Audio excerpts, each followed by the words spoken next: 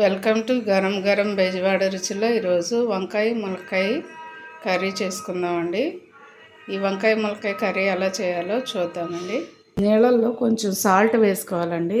కళ్ళుప్పున్నా పర్వాలేదు, ఎందుకంటే వంకాయలు కండ్రెక్కకుండా ఉంటాయి. అలాగే చేదు వస్తుంది కదా కండ్రెక్కితే, అందుకని అలా రాకుండా ఉండాలంటే మనం ఇప్పుడు కొంచెం నీళ్ళల్లో ఉప్పు వేసుకొని అప్పుడు వంకాయలు కోసుకోవాలండి.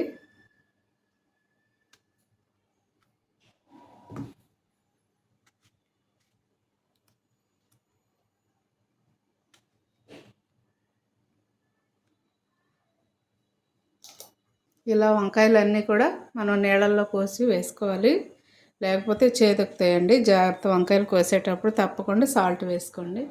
చూడండి, 1/2 కేజీ వంకాయలకి వేస్తున్నాను. ఆయిల్ హీట్ ఎక్కింది కదండి, ఇప్పుడు ఉల్లిపాయలు అలాగే కరివేపాకు వేస్తున్నాను.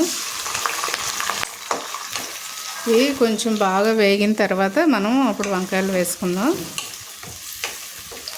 చూడండి, ఇలాగా ఉల్లిపాయ మగ్గిపోయింది కదా, ఇప్పుడు నేను వంకాయ ముక్కలు దీనిలో వేసేస్తున్నానండి.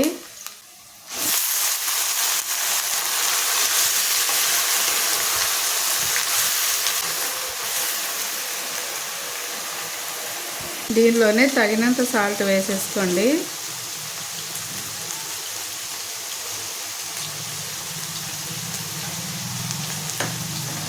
అలాగే లైట్గా పసుపు కూడా వేస్తున్నానండి. దీనిలోనే ములక్కాయ ముక్కలు కూడా వేసేస్తున్నాను. ఇలాగా చిన్న చిన్న ముక్కలు కట్ చేసుకోండి.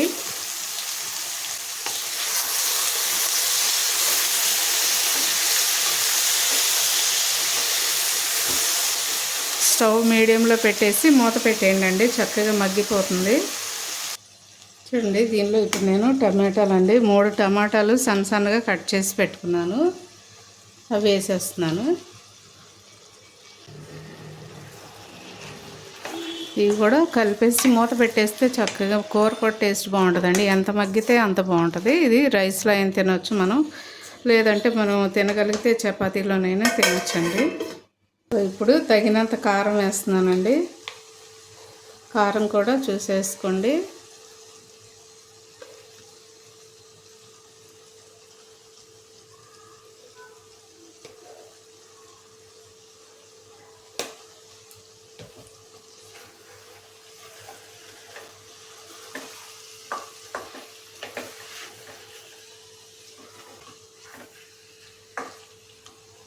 దీనిలో 4 పచ్చిమిర్చి వేసేస్తున్నాను.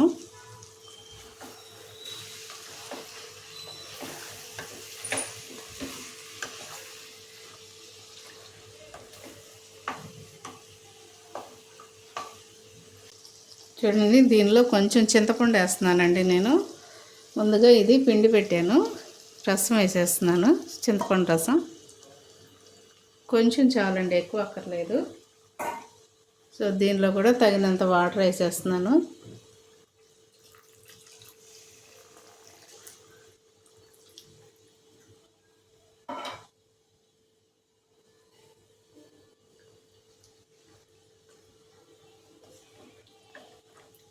స్టవ్ మీడియంలో పెట్టేసుకొని చక్కగా గుజ్జుగా వచ్చేంత వరకు ఉడకనిద్దామండి.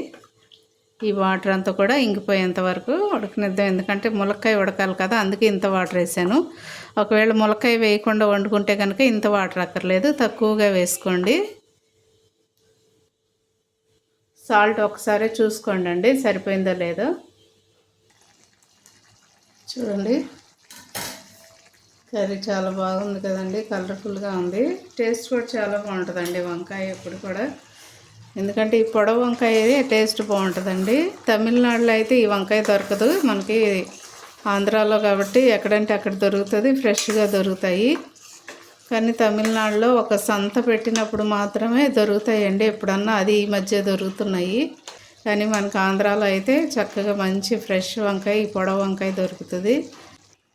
చూడండి, కూర రెడీ అయిపోయిందండి. కొంచెం కొత్తిమీర వేసేసుకొని స్టవ్ కట్టేద్దాం.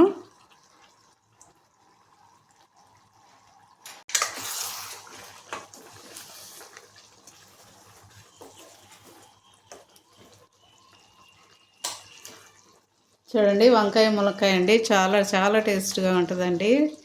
అసలు రైస్లోకి అయితే సూపర్గా ఉంటుంది. తప్పకుండా ట్రై చేయండి. చూడండి ఎంతో టేస్టీగా ఉండే వంకాయ ములక్కాయ కూర రెడీ అయిపోయిందండి. మీరు కూడా తప్పకుండా ట్రై చేయండి. మా ఛానల్ మర్చిపోవద్దండి. గరం గరం బెజవాడ రుచులు సబ్స్క్రైబ్ చేయని వారంటే సబ్స్క్రైబ్ చేయండి, షేర్ చేయండి, లైక్ చేయండి. Thank you.